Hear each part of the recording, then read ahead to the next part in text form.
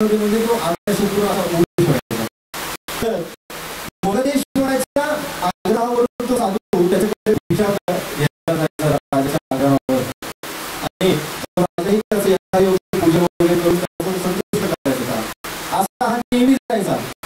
तेव्हा एकदा काय झालं, राजाला काही महत्वाच्या कामाच्या निमित्ताने बाहेर गावी जाण्याचा योग आला आणि राजप्रसादामध्ये त्या साधूचं यथायोग्य पूजन करेल असं कोणी तिथे उपलब्ध नव्हतं. पण साधूची येण्याची वेळ जवळ येऊन घेतली होती. मग अशा वेळी राजाने काय केलं, त्या साधूच्या एका मुलीला नाही त्या सेवकाच्या एका मुलीला त्या साधूची सेवा करण्याला सांगितलं. मुलगी गुणवान होती, सुसंस्कारित होती, सौंदर्यवान होती. त्या मुलीला सांगितल्यानंतर ती मुलगी म्हणली, महाराज तुम्ही काळजी नका करू, तुम्ही निश्चिंत होऊन जा.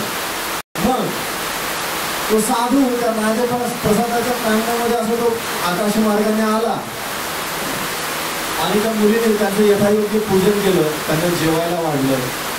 साधू असे जेवायला बसले असताना साधूने त्या मुलीकडे पाहिलं.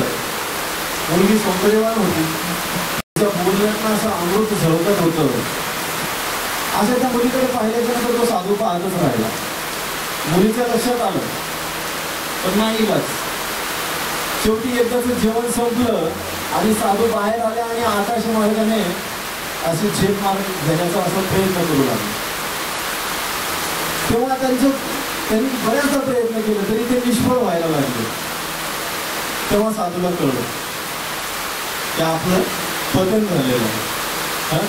पण आता जसं ढोंगीपणा मनुष्य कसा करतो बघा ना, त्याला कळलं आपलं पतन झालेलं. पण तरी तो त्या मुलीला कसा म्हणतो, म्हणजे मुली आज म्हणे माझी काही आकाश मार्गाने जाण्याची इच्छा नाही म्हणे. तेव्हा तू काय कर, नगरामध्ये अशी दौंडी दे आणि सांग की आज उदरानुपुत्र सगळ्यांना तुम्हाला दर्शन देणार आहे. आता सर्व गावामध्ये ही बातमी लगेच पसरली आणि सर्व जनता अशी रस्त्याच्या दोन्ही बाजूला अथांग सागरासारखी अशी उभी होती आणि हा साधू रस्त्यातून जात होता.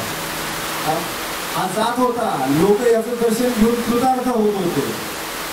पण त्याला माहिती होतं आपलं पतन झालेलं.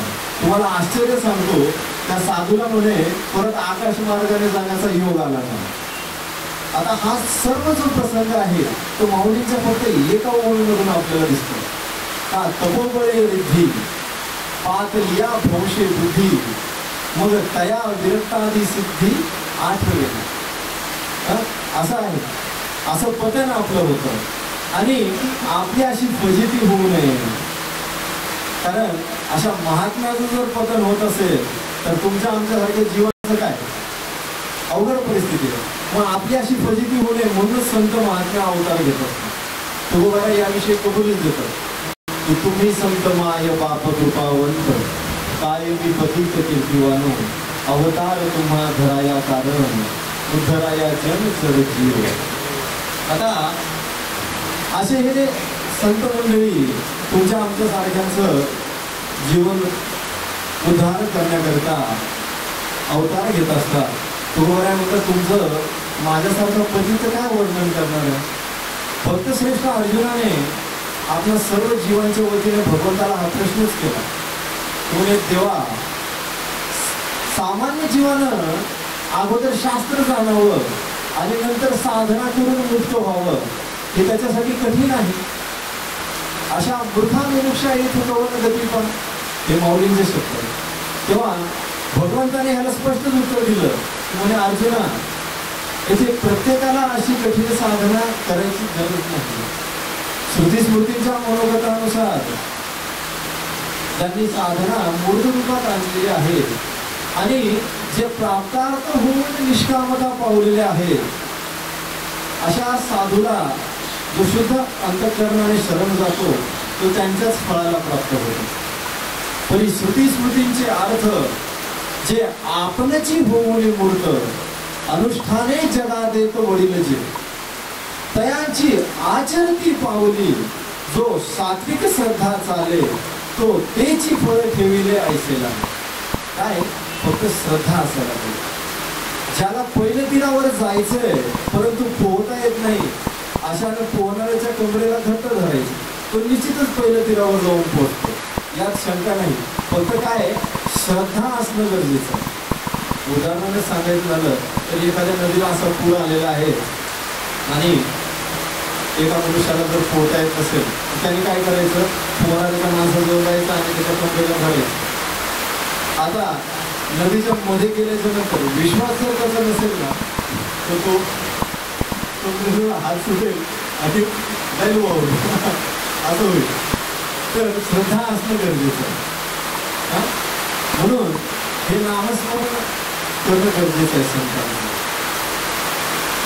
श्रद्धा फार महत्वाची आहे.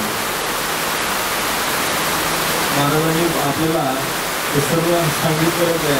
गेले 3-4 दिवस झाले हेच चाललेलं आहे.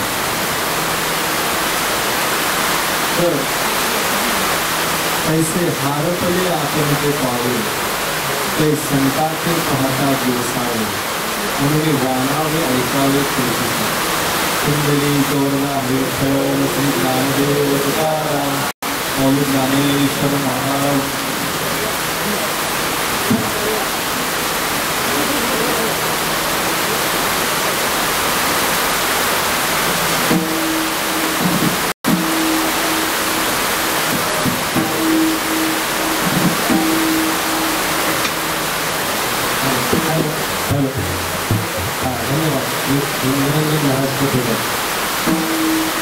पाऊस भारी लागल्या रोजच्या प्रमाणे